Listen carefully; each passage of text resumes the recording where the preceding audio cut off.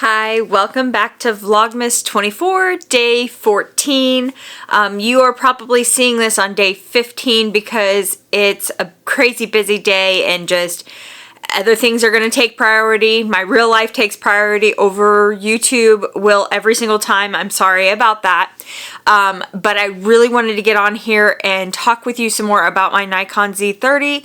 I had a few more questions, so I'm going to walk you through how to adjust your ISO, your aperture, and the shutter speed. I'm also going to review one of my favorite settings with when I'm on auto settings, like my favorite saved user settings, which sets the white balance and the color temperature, because this room is very blue, so I'm able to make it to where it doesn't feel as blue or green or different colors like that. It feels very natural and doesn't have that funny cast. So let's get started on today's video. Thanks for being here. Thanks for being patient with me the past couple of days while I wasn't here. And let's get rolling.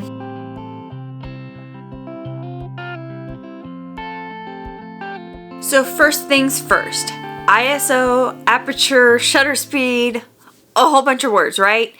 They basically make up what's known as the exposure triangle. So this allows you to get the best exposure, the cleanest image, but it's a balance. Just like the sides of a triangle, if you lopside one of them, something else is going to go wrong and out of skew. So the shutter speed and the aperture, so how fast the shutter is opening and closing, and the aperture affect how much light is going into the sensor and reading that image. Okay, so that'll affect how bright the image is.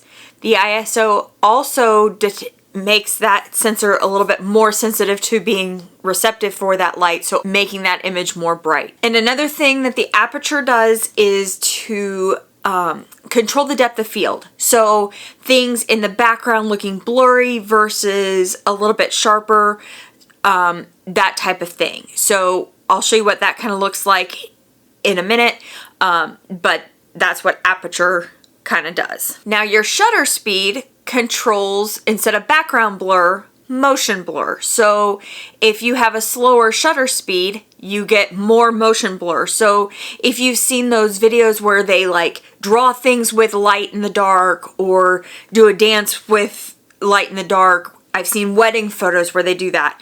That's how they accomplish that. They kick down the shutter speed and down all the exposure so it's really dark, and really slow shutter so that you get that trailing light effect, so the motion is really blurry. When your ISO is higher, yes, your image is brighter, but the problem is that it also becomes grainier. So you kind of gotta play this balance, figure out how high you can go without graininess. So I try to keep it as low as possible but not lose quality, where it's still bright and you can still see things and it's not shadowy and dark, but it's not grainy either. So now that we've talked about it a little bit, let's kind of get into how we set those things, and then I will show you some of my favorite automatic settings after that. So I'm going to switch over to my phone camera so that I can be walking you through how I do that and tap and do things on this camera. So give me a second.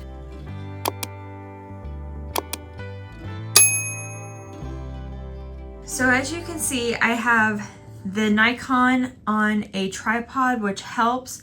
I have a little figurine over here on a table and stuff so that we can work on focusing on that. I'm going to go ahead and press record. We are in manual setting. I'll show you that real quick. So manual. So now you see my little image down there. He is in focus.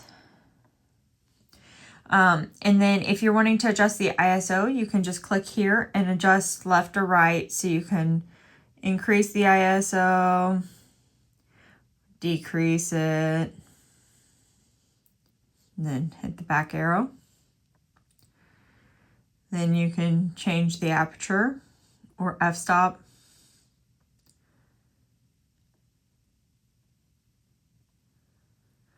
And see, the higher that gets, the darker the image gets. So I'm going to go back.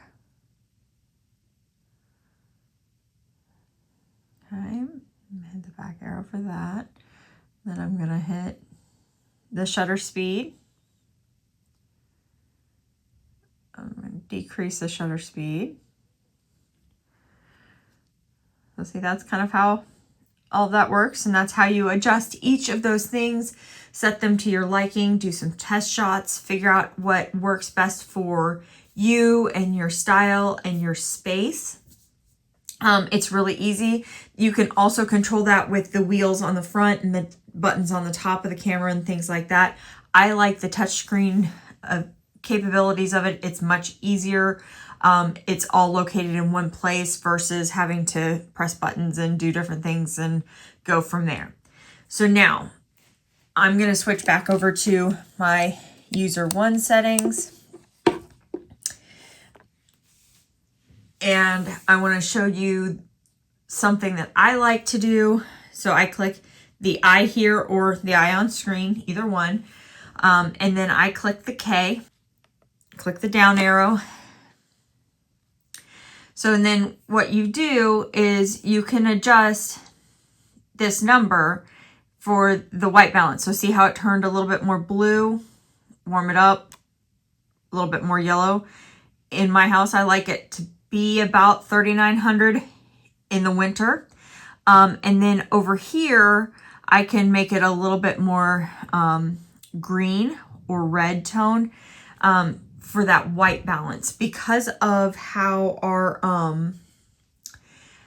trees and things like that are. We've got to be careful. So I've got a little bit more red and that type of balance. I don't know if you can even see that currently. There you go.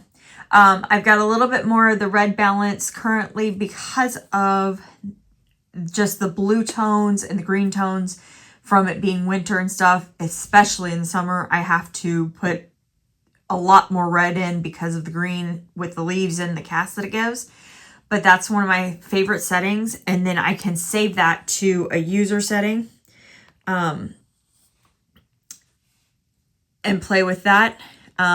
You can change your frame rate from this menu. And if you're filming in what different types of filming vignettes you like, I like SD standard. I find it to be the cleanest image.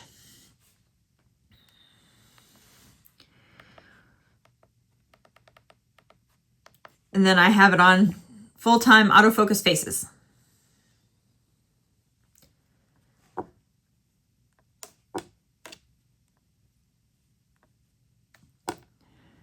And that's just some of my settings. And that's the setting that I have it on that menu. So you can go in and set it kind of on these same settings if you want a similar image to mine. Biggest thing is to use the white balance color temperature. I find it to be the most accurate for you to be able to tweak completely to your space and your season. And I like that aspect. I like the quality that it puts on the videos. But I'm going to pop back into the camera and we're going to talk a little bit more. So I hope that helps you understand a little bit about the exposure triangle and how to adjust your ISO, aperture, shutter speed, and those things. If you want to control that, you don't have to. This camera is phenomenal, even on automatic. And I would suggest even before, like, you can play with those settings, but before you do that, even try setting your white balance and color temperature and seeing if that allows you to get the imagery that you're wanting and the look that you're wanting and remaining in focus. But my friends were asking again, so I wanted to put out this video so that they knew kind of step by step how to work each of those points on the Nikon Z30. Many of these cameras are just the same, so that's how I would go about that. But that is all I have for you today. I will catch back up with you for Vlogmas Day 15 here in a little bit. I am going to put out 2 videos today, and I will share with you my advent calendars that you've missed and things like that. But I will see you here in a little while, but I want to get this out for them. So have a great day. Thanks for watching. Until then, bye friend.